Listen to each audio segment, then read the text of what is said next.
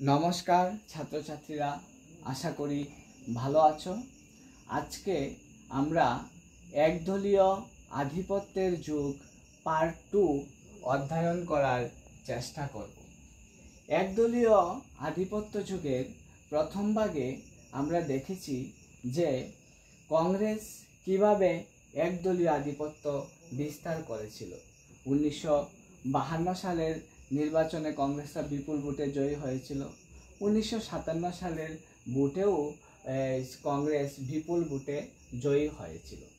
এবার আমরা পার্ট 2তে সেই দলীয়ের পাশাপাশি অর্থাৎ সেই কংগ্রেস দলের পাশাপাশি তাদের বিরোধী দলও ছিল এবং কমিউনিস্ট পার্টি ছিল একমাত্র বিরোধী দল। কংগ্রেসদের বিরুদ্ধে যদি লড়াই করতে পারত তাহলে সেই কমিউনিস্ট পার্টিরাই ছিল সবচেয়ে উল্লেখযোগ্য। তো আমরা পার্ট 2তে প্রথম দেখব যে ভারতের প্রথম শিক্ষামন্ত্রী ছিলেন মৌলানা আবুল কালাম আজাদ। ছাত্রছাত্রীদের আমি আগেই বলেছি, তোমরা যখনই আমার ক্লাস করবে তখনই একটা খাতা কলম নিয়ে বসে পড়বে, কেননা এমন অনেকগুলি গুরুত্বপূর্ণ বিষয় আমি তোমাদের জানানোর চেষ্টা করি যাতে তোমরা পরবর্তী সময়ে এই বিষয়গুলি আর খুঁজতে না হয়। এবং ভারতের প্রথম স্বাস্থ্যমন্ত্রী ছিলেন রাজকুমারী অমৃতা খুর। ঠিক আছে, তাহলে প্রথমত আমরা দেখব যে পরবর্তীকালে কংগ্রেসের পরবর্তীকালে যে একটা সমাজতান্ত্রিক মতো কিছু দল আলাদা হয়ে গিয়েছিল, অর্থাৎ এক সমাজতান্ত্রিক মতবাদ অনুসারে কিছু দল আলাদা হয়ে গিয়েছিল কংগ্রেস থেকে। প্রথম 3টি নির্বাচনে যদিও কংগ্রেস আধিপত্য লাভ করেছিল, কিন্তু কংগ্রেসের এ কথাটা ভাবা উচিত যে তাদের আধিপত্য লাভ হোক বা না হোক বা সে বিপুল ভোটে জয়ী হোক, তাদের সঙ্গে সঙ্গে কিন্তু বিরোধী দল ছিল। সেই বিধানসভা ভোটে যেমন কমিউনিস্ট, সমাজতান্ত্রিক এবং ভারতীয় জনসংঘ, এই দলগুলি ছিল বিশেষ উল্লেখযোগ্য। তারপর আমরা দেখব এর মধ্যে বিশেষ উল্লেখযোগ্য ছিল কমিউনিস্ট পার্টি, কারণ তারাই একমাত্র ছিল কংগ্রেসদের বিরোধী দল হিসাবে। আর সেই কমিউনিস্ট পার্টি এবং সমাজতান্ত্রিক পার্টি ও ভারতীয় জনসংঘ দল সম্পর্কেই আমরা আরও দুটো পার্টে আলোচনা করব।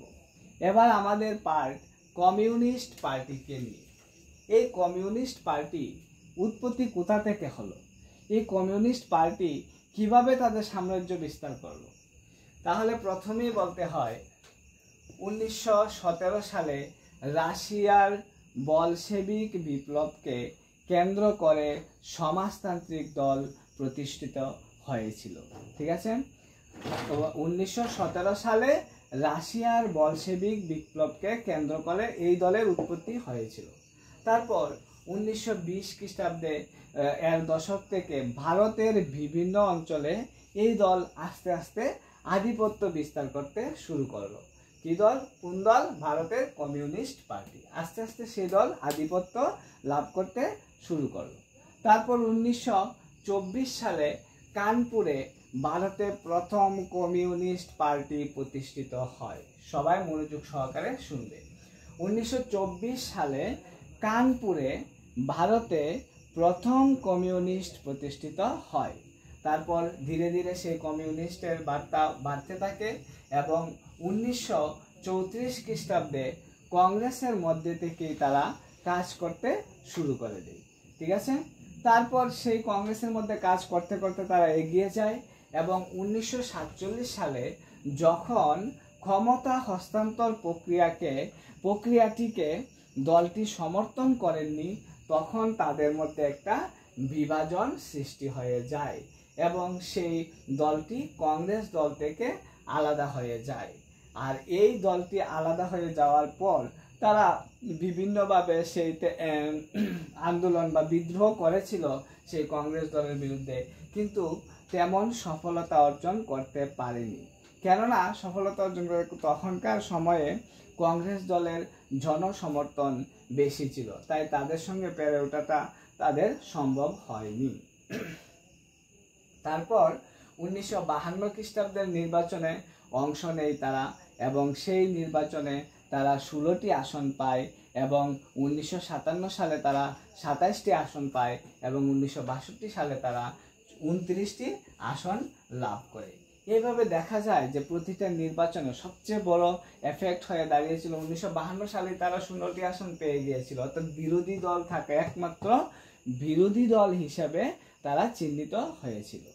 তারপর তাদের মধ্যে যে কয়েকজন উল্লেখযোগ্য নেতা ছিল, একে গোপালন, এস এ ডাঙ্গে, EMS নাম্বুথ্রিপাদ, তাছাড়াও আরও অনেকে ছিল উল্লেখযোগ্য নেতা।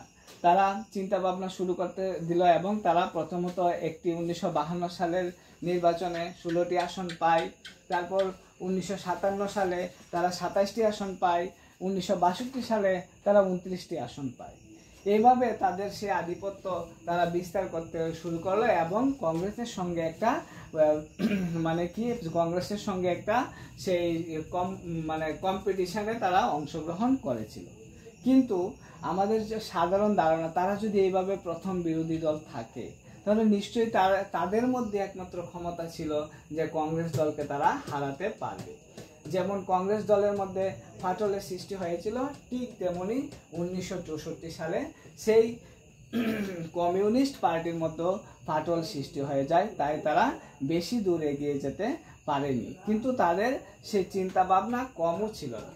1964 খ্রিস্টাব্দে তারা সোভিয়েতপন্থী এবং চীনপন্থী নামে দুইটি ভাগে ভাগ হয়ে যায়, অর্থাৎ সোভিয়েতকে অনুসরণ করেছিল, সোভিয়েত সমাজতান্ত্রিককে যারা অনুসরণ করেছিল তারা ছিল সোভিয়েতপন্থী এবং তাদের বলা হতো CPI, এবং চীনদের যারা অনুসরণ করত তারা ছিল চীনপন্থী এবং তাদেরকে বলা হতো CPIM। এইভাবে তারা দুটি দলে বিভক্ত হয়ে যায় এবং তাদের আধিপত্য বিস্তার করতে শুরু করেন। এইভাবেই তাদের মধ্যে একটা ভাঙন সৃষ্টি হয়ে যায় এবং তাদের যে একটা জোট সরকার ছিল, কমিউনিস্ট সরকার, সেই জোট সরকারটা ধীরে ধীরে ভাঙতে শুরু করেন। কিন্তু তাদের আধিপত্য এইভাবেই শেষ হয়ে যায়, তবু তাদের আধিপত্য এখনো অনেক রাজ্যে রয়েছে। বর্তমানে রাজনৈতিক ময়দানে তাদের আধিপত্য এখনো সক্রিয় রয়েছে। যেমন অন্ধ্রপ্রদেশ, পশ্চিমবঙ্গ, বিহার, কেরল এবং ত্রিপুরাতেও তাদের আধিপত্য আস্তে আস্তে হতে শুরু করে দিয়েছিল। এই জন্য এই কমিউনিস্ট পার্টিরা ধীরে ধীরে এগিয়ে যেতে শুরু করেছিল, কিন্তু বর্তমানে সেই কমিউনিস্টরাও আস্তে আস্তে অবলুপ্তির পথে চলে যাচ্ছে। এইভাবে কমিউনিস্টদের সেই বিলুপ্তি ঘটে গিয়েছিল 1964 খ্রিস্টাব্দে। তো আজকের ক্লাসটা আমার এতটুকুই ছিল।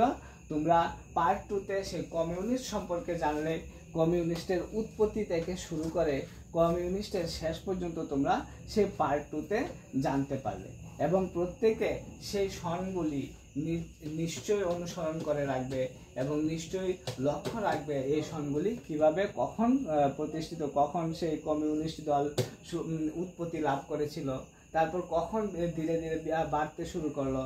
যেমন 1917 সালে উৎপত্তি লাভ করে 1920 সালে ভারতের দিকে আস্তে আস্তে অগ্রসর হয়। তারপর 1924 সালে তারা কানপুরে প্রতিষ্ঠিত হয়ে যায়। তারপর 1934 খ্রিস্টাব্দে কংগ্রেসের সঙ্গে তারা কাজ করতে শুরু করে এবং 1947 খ্রিস্টাব্দে কংগ্রেসের ক্ষমতা হস্তান্তরের ফলে তারা আলাদা হয়ে যায় এবং 1952 সালে বিদ্রোহের পরও তারা একটা নির্বাচনে অংশগ্রহণ করেছিল এবং 16টি আসন পেয়ে একমাত্র বিরোধী দলে পরিণত হয়েছিল। এবং তাদের মধ্যে উল্লেখযোগ্য নেতারা ছিল একে গোপালন, এস এ ডাঙ্গে, EMS নাম্বুরিপাদ, তাছাড়াও আরও অনেক নেতা ছিল। এবং 1964 খ্রিস্টাব্দে তারাও দুটি ভাগে ভাগ হয়ে যায়। একটা ছিল সোভিয়েতপন্থী যাটাকে বলা হয় CPI এবং একটা ছিল চীনপন্থী যেটাকে বলা হয় CPIM। এইভাবেই সেই রাজনৈতিক দলটি আস্তে আস্তে কি হয়ে যায়, ভাঙন প্রক্রিয়া শুরু হয়ে যায়। বর্তমানে এই রাজনৈতিক দলের অস্তিত্ব দেখা যায় অন্ধ্রপ্রদেশ, পশ্চিমবঙ্গ, বিহার, কেরল এবং ত্রিপুরাতে। নমস্কার, অবশ্যই আমাকে কমেন্ট করে জানাবে কোনো ভুল হলে।